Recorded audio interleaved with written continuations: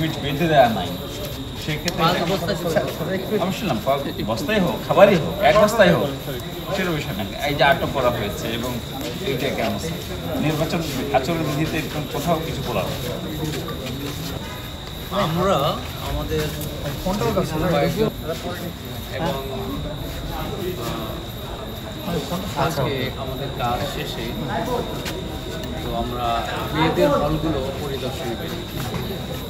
তো আমরা খালেদা জিয়া হলে যে দেখি একটা সম্মিলিত জোট তাদের ওই প্রজেকশন মিটিং, তখন প্রজেকশন মিটিংয়ের আমরা দেখছি বাইরে কিছু চেয়ার আছে, তো যাই হোক আমরা তাদেরকে ডাকি, যে বলছি যে এরকম প্রজেকশন মিটিংয়ে হলের যে ফ্যাসিলিটিস আছে সেগুলোই ব্যবহার করা যাবে, সেটাই। এটা না করা কিছু না, এটা না করার অর্থ হচ্ছে যে এটা বাইরে থেকে নিতে হলে একটা কস্টিং আছে, তো সুতরাং খরচের বিষয় আছে। আমরা 1000 টাকা থেকে নমিনেশন ফর্ম 200 টাকা করলাম কি জন্যে? ছাত্রদের যাতে কম খরচ হয় সেই জন্য, যে সবাই যাতে পার্টিসিপেট করতে পারে। তো তারপরে যখন আমরা বেরোয় আসি, বেরিয়ে আসার সময় আমরা মাইক্রোটা বের হয়ে গেল, আমাদের একজন কমিশনার যে পাশে ছিলেন দেখলেন যে একটু মাইক্রো থামাও, এখানে এরকম খাবার দেখলাম কিছু প্যাকেট, তো আমরা থামলাম, আবার ব্যাক করে আসলাম। আমরা 4-5 জনই ছিলাম, তখন দেখলাম কিছু খাবার, একটা ছেলে দাঁড়িয়ে আছে, বলে তুমি এই খাবার কোথায় যাবো নিয়ে আসছো, কোথায় নিয়ে যাবে? বললাম যে ও বলছে যে সে নিয়ে যাবো, ভিতরে যাবো।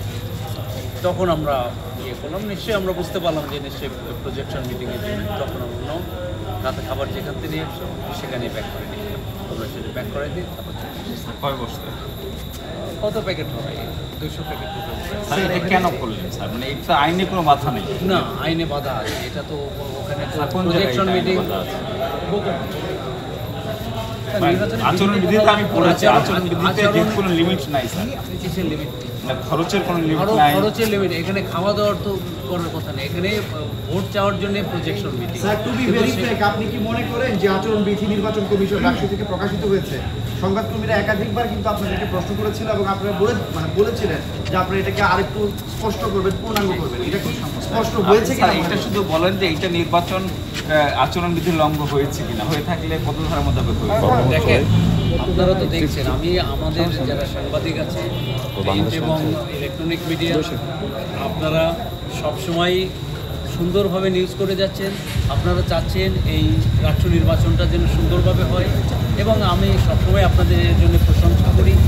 এবং এই যে নির্বাচন আয়োজন করতে যে আপনারা দেখেছেন এবং আপনারা অনেক সময় বলেন, এবং বিভিন্ন প্রার্থী বিভিন্ন টুকটাক আচরণ বিধির যে ভায়োলেশন সব দলগুলোই করছে, এটা স্বতন্ত্র প্রার্থীরাও করছে, যারা জোট বেঁধে প্রচারণা চালাচ্ছে তারাও করছে।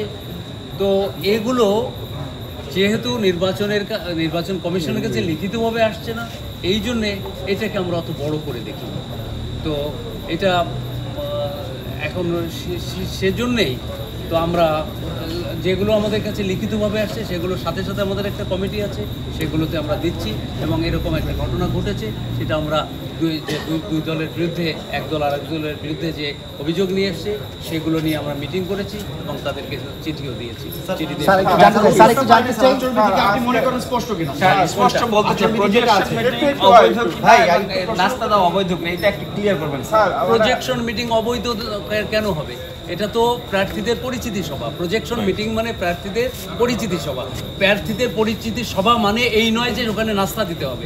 নাস্তা তো একটা নির্বাচনের অংশ না। স্যার, বাধা কোথায় আছে? তার মানে কি যে কোনো প্রার্থী যদি তার পক্ষে খাবার বিতরণ করে, আমরা স্পষ্ট করছি ওখানে যদি না আপনাদের মাধ্যমে এখন কেউ এইটা করতে পারবে না।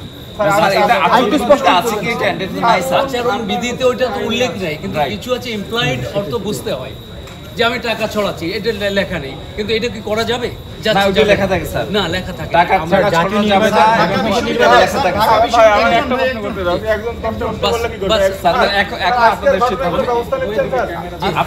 ব্যবস্থা নিচ্ছেন কিনা সতর্ক করেছি যে আর ভবিষ্যতে এটা কেউ না।